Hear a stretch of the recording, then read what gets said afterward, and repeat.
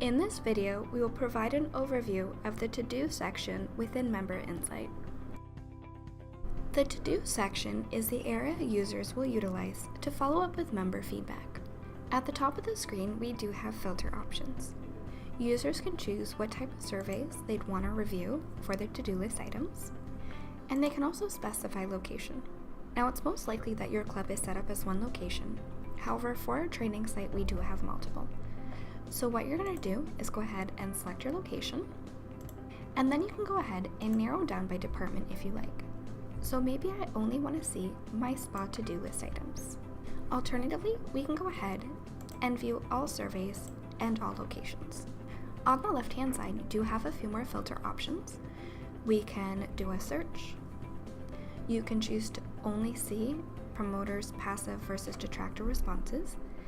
However, for the most part, your to-do list items will typically consist of the detractor responses unless you've manually added a passive or promoter response. Below that, you also have the ability to search by assigned user. So if to-do list items have been assigned to you, go ahead and click your name and it will show you only your to-do list items. Now by default, the to-do list items will be unassigned as you see here.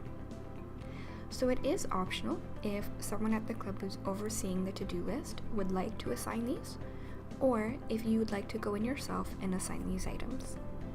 All you have to do is click on the unassigned, select your name, and that to-do list item will now be assigned to you. Please note that at this time, no notifications will be sent when a to-do list item is assigned to you. However, as mentioned, you can go ahead and use the Assign User dropdown to see those specific to-do list items that are assigned to you.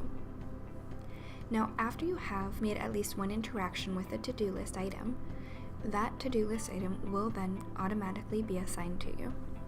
In order to view a to-do list item, you're simply going to click on the item itself.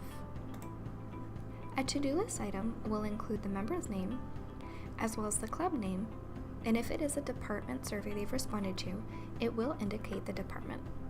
In the top right-hand corner, there is a history button.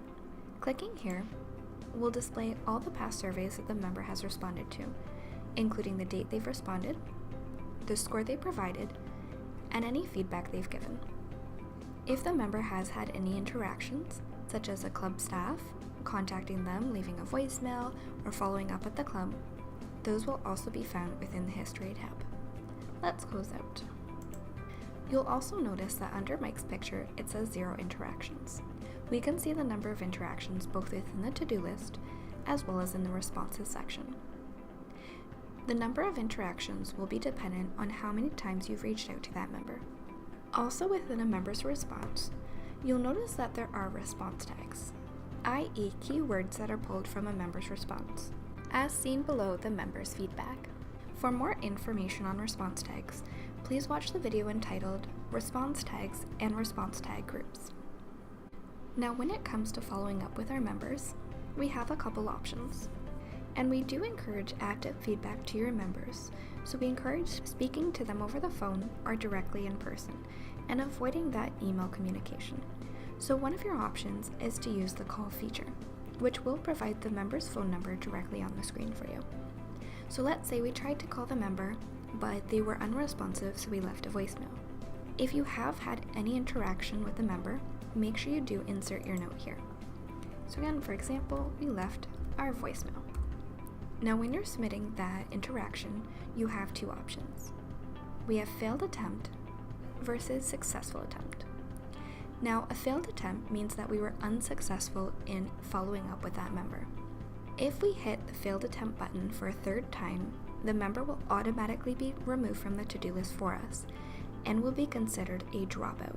There is a report that can be run and statistics that can be seen on the dashboard that will show you your dropout percentage.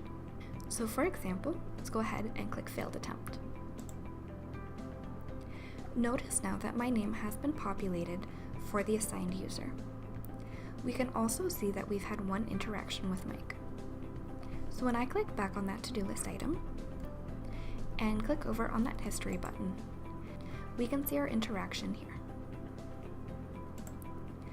Another option is to utilize Talk. This is more so if you actually spoke with the member in person. Now let's say you did interact with Mike and you spoke about that bachelorette party and everything's good to go.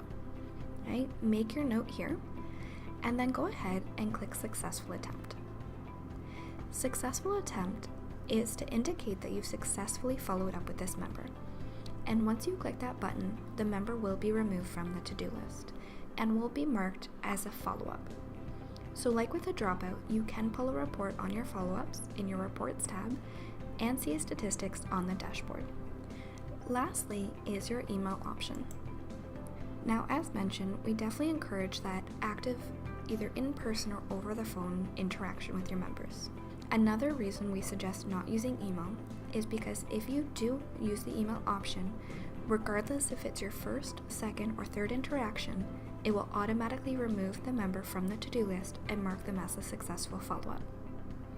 If you do want to utilize the email option, all you have to do is click Send Email. Now, if your email program is not set up to connect with MemberInsight, make sure you copy this BCC before clicking Send Email. Right? So we can always copy just in case. I'm going to click Send Email. In the email, you'll notice it's inputted the member's email address as well as that BCC. Now, the reason for the BCC is it will actually track those email communications in the History tab within MemberInsight. If you do not have that BCC, your email communications will not be tracked within MemberInsight. So let's close out of here. So let's say, again, we followed up with Mike, everything's good. I'm going to switch over to talk.